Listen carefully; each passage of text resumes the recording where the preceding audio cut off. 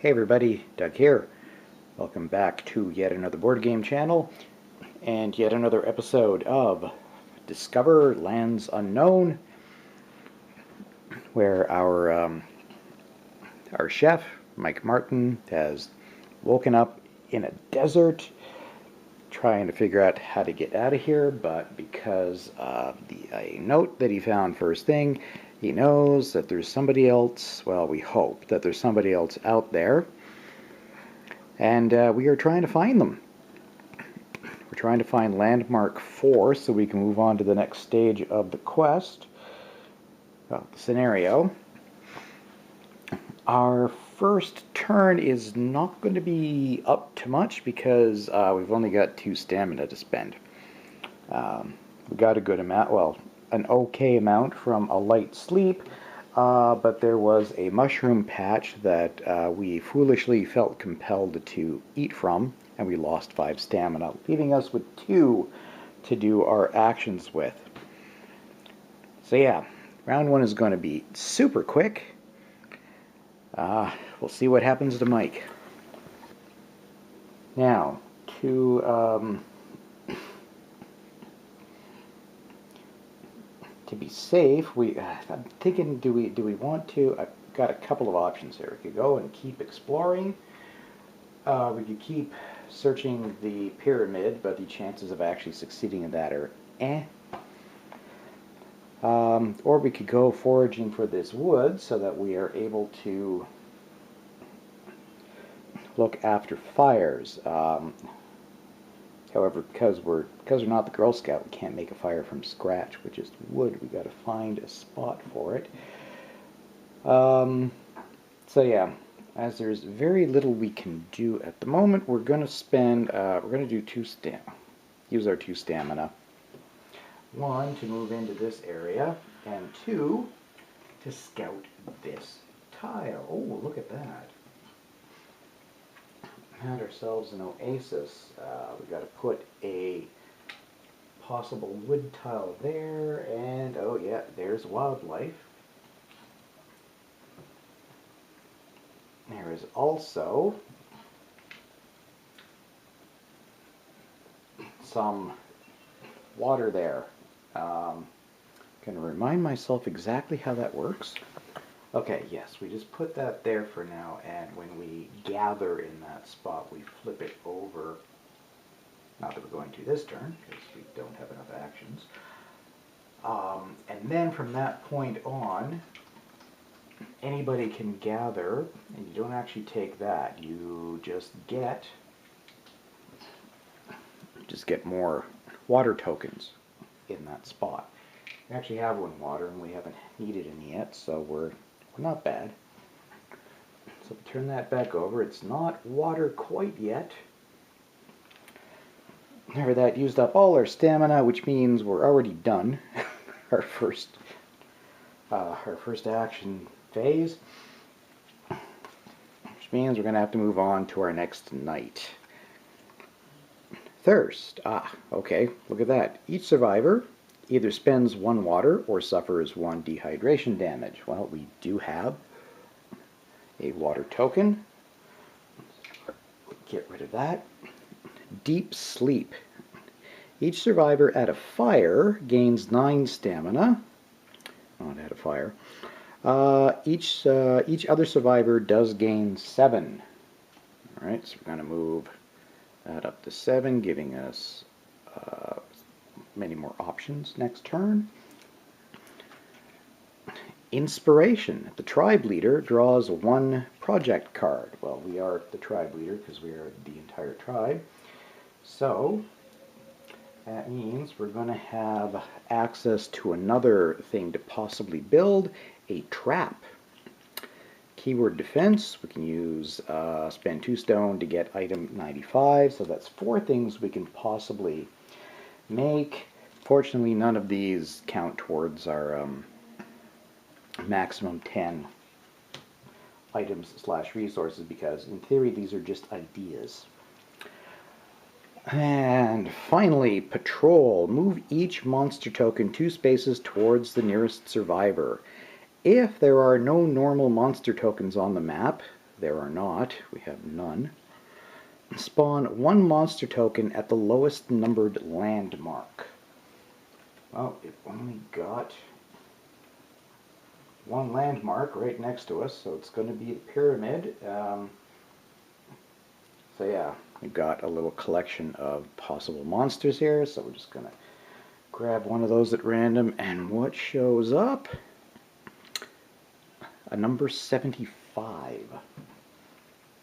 Now let's just go through our enemy deck, take out 75. That is, oh, it's a treasure hunter. 5 attack, 9 defense. Ooh, 3, he can take up to 3 damage. His white skull lapel pin clashes with his leather coat and fedora. Skull. At the start of combat, you may discard one treasure item to defeat this enemy and resolve exploration card 56. Well, we don't have a treasure item. We have our sling is a weapon. Anyway, we'll just put this into play down here so that we can track anything it does. And that concludes, very quickly, our first turn. Now to think about what to do next. Okay, 7 stamina. What are we going to do? Well, we used up that water. So let's say 1 stamina to move on to grass. Grass only costs 1. Another to move and gather. So we flip that. And we leave it there, but we do take. And we do get clean water from this source. We have some water. A 3rd stamina to move and gather some wood. In case we have an opportunity to make a fire and I want to scout out that next location anyway. And on the other side is, okay, a single wood. Sometimes these have more than one icon on them.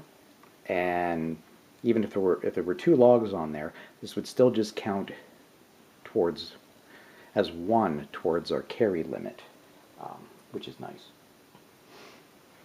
Unless we break it and make change, yeah, then it doesn't help. All right, so we're down to 4. Let's do 3, and have a look at this tile. Now, we found location 1, or landmark 1. So we've got some potential food there. And yeah, well, let us go check it out. Maybe we'll find something good there. So, I'm going to spend 1 more. We're still moving on to regular sand, and yeah, so we get some food. 1, 2, 3, 4, 5, 6. We've only got 6. Yeah, we only have 4 spaces left for carrying. Then we spend another, get us down to 2, which will put us there. And we'll spend 1 to investigate it. Now, that's going to be number 1. So we're just going to flip over the top card here. Beehive hut. I see it. It's shaped kind of like vaguely like a beehive, and it's just a hut. This ancient hut looks like it once hosted an archaeological expedition. There's a gem-shaped socket in the floor. Resolve exploration card 3.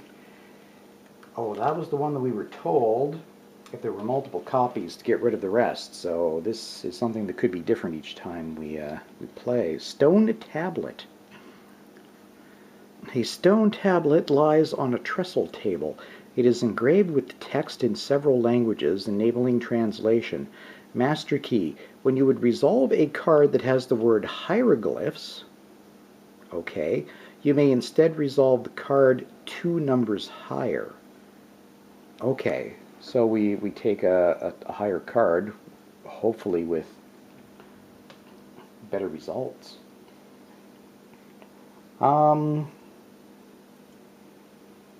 Okay, that leaves us with just 1 stamina. Could go back to the pyramids, because there was hieroglyphs there, and I could pick a slightly better card, but there's also a rather challenging treasure hunter to fight. So I think we're going to go ahead and use our last stamina and just move one more space. And next turn, we're going to do some more exploring. That's it for that day phase. On to our next night phase. Okay, we're still on the blue cards, which is good. Hunger. Each survivor either spends one food or suffers one starvation damage. Well, let's just spend that food we just picked up from that token. That back in the pool. Sleep. Well, not light sleep, just sleep. Each survivor gains 8 stamina. Okay, that's good. Going to give us plenty of actions for next turn. 8. Windstorm. Place a wood feature token from the supply on each space with a... Oh, okay, we're basically repopulating all the wood spaces. So I think, yeah, there's just the one. This one already has one on it. So I guess there was a windstorm that knocked down some trees and gave us more potential wood supplies. And finally, peril.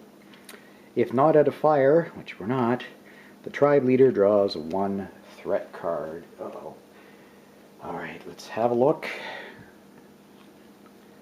Night Wandering.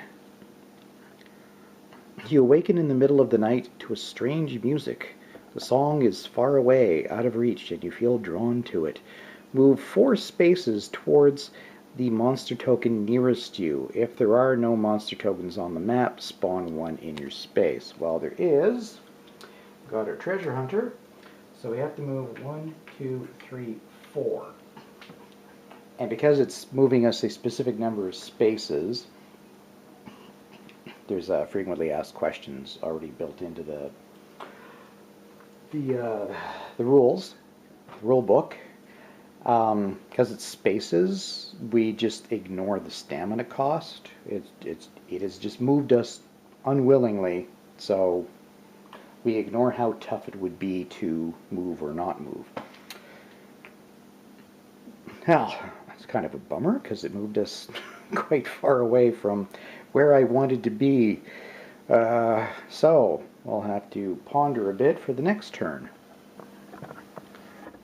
Okay, I goofed slightly earlier. When this token spawned, it should have in fact just spawned face down. We don't know what it is until we run into it.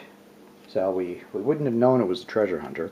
So I'm going to act like I had no idea what it was and spend 1 stamina, move into that space, and then, oh look, it's a treasure hunter.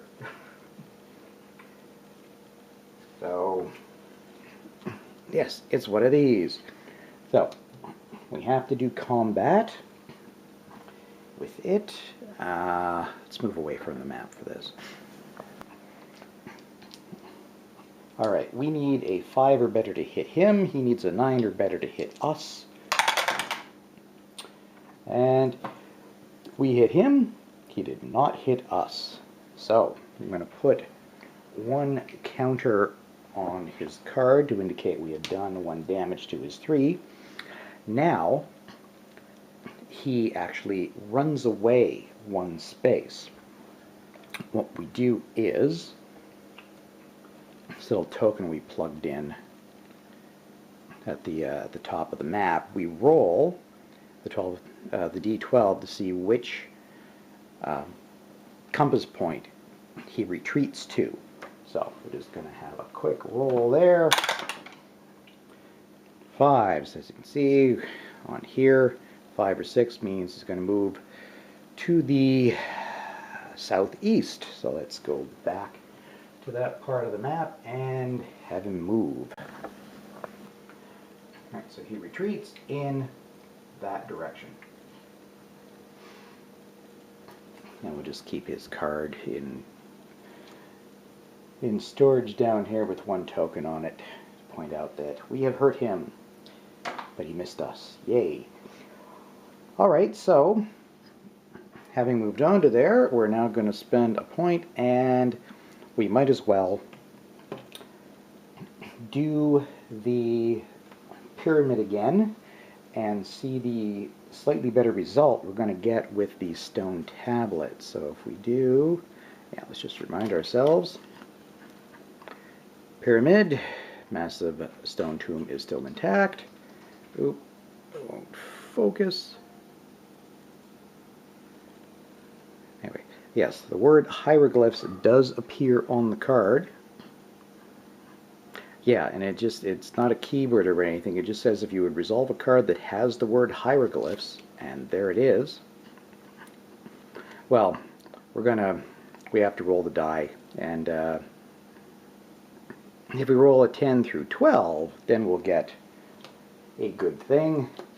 So let's see what we can do here. Is that visible? Yep.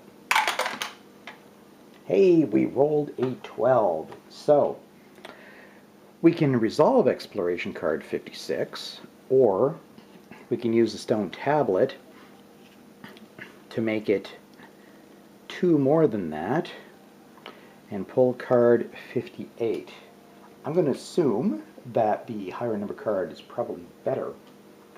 So I'll put back that and set it 56. Oh, you know what?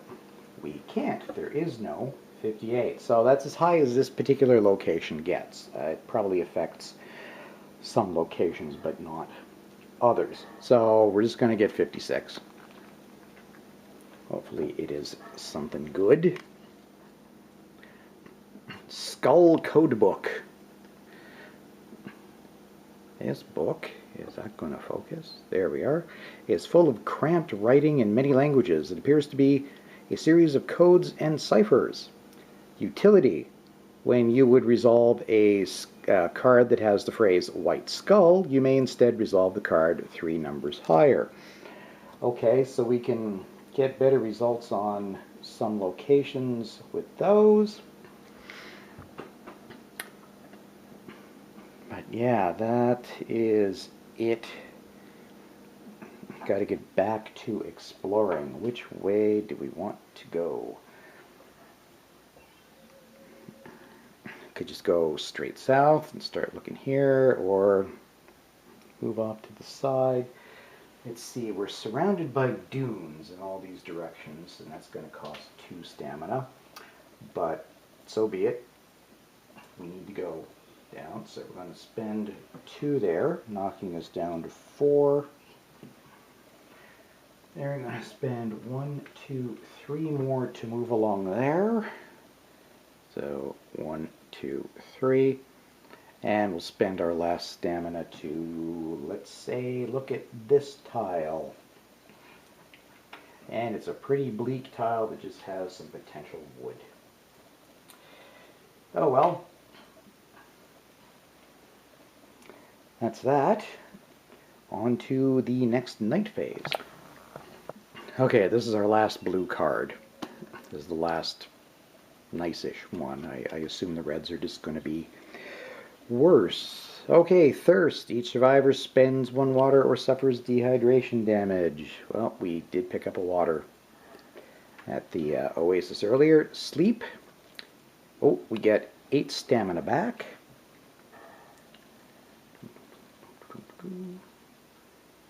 8. Rock slide. Place a rock feature token from the supply on each space. No, I don't think we've actually run into any rock spots yet. We have not. Or stone, whatever.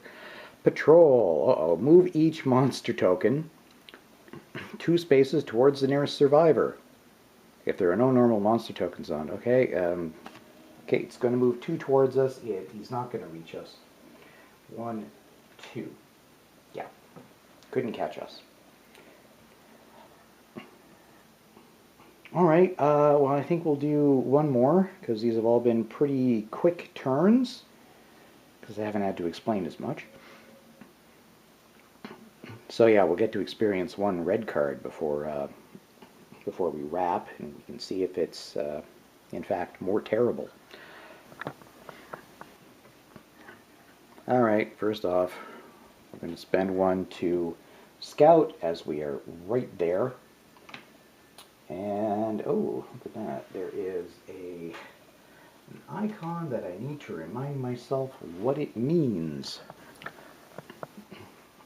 Okay, it turns out that is what is called an objective icon. It doesn't do anything on its own, but something else in the game might refer to this icon, at which point things would happen connected to it. So it's a picture of a boot. So something somewhere is going to tell us about this. Potentially. Depends on the scenario, probably. And now, well, there's one more tile on this end of the desert, which I'm determined to have a look at. So we're going to spend 1, 2, 3 spaces to get over there, or 3 stamina. 1, 2, 3. Then I'm going to spend 1 more to flip it over and see what's under there. Alright, here we go. Ooh, okay, well, oh, that's what we want. It's, okay, well, first of all, we found a place that might have some, likely has some rock. We have some wildlife there. And yeah, we are actually after landmark number 4. So, we're going to spend, they are, unfortunately, dune spaces, which cost 2 stamina to move in each. And the mountains up here would be even worse at costing 3. So we're going to spend 2 to get here, leaving us at 1 that we can't really do anything with. Can't craft anything. Can't cook the meat. Can't recover. Yeah, recover is just eliminating this type of damage, which we're obviously not going to do. No fire, no scouting. Yeah, I think that last stamina is just going to sit there. And we are going to see what happens on this night phase. Thirst. Okay, now I'm having trouble. Each survivor either spends 1 water or suffers 1 dehydration damage. We are now out of water, so we're going to choose one of these and move it to dehydration. So, yeah, we'll need to get that back. We only have light sleep, so we're going to get 7 stamina back, putting us up to 8.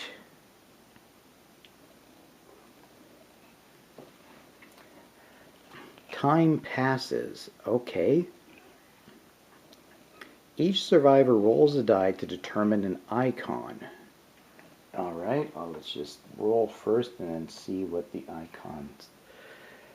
matched icon is. We rolled a 1, so that's going to be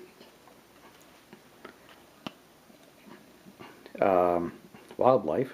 For each die roll, place 1 feature token of that type in the supply on each space with a matching icon that features no tokens. Okay, so we're going to repopulate. I think there's just the 1, which is, yes, I think it is visible on camera. Yeah, so we're going to put some animals back there. And unfortunately, it was an eventful night, and we're going to have to draw a threat card if we're not at a fire. And we are not. Ambush. Oh, man. The enemy appears while you are sleeping. Spawn 1 monster token on your space. Alright, so we're going to draw 1 at random. This one we will flip right away because we're going to have to fight it. 79. Oh, it's another... I think... Oh, no, it is a different number, but it looks from the shape to be another treasure hunter. Yep. Indeed it is. So, it's got a different number though, so we can still tell which one's which. So, a little bit of combat. Let's see if we put that there without making a mess. Alright. We want 5 or better for us. And we want under 9 for him, so he doesn't hurt us. Hey, we did it again. Awesome. We got more than 5 with a 10, so we're going to put, just going to put a token on his card to indicate 1 damage. He rolled under 9, so he doesn't hit us. And now having hit him, right, he's going to Scarper. Which direction does he retreat in? Assuming it's a direction we are able. 3 and 4 means he's going to move right there. And that is going to end that night phase. Okay, I guess we'll leave it there. So I've got to figure out what the heck to do next turn if I want to just barrel in to number 4, or if I want to get some supplies first. I need some water so that I can recover from my my dehydration damage there. Yes, we're 1/4 of the way to being taken down. Well, see what happens next time. Thanks very much everybody for watching. Thanks for subscribing to the channel and liking the videos both on YouTube and Board Game Geek. I appreciate it. And we will see you next time for yet another episode of Discover Lands Unknown. So long.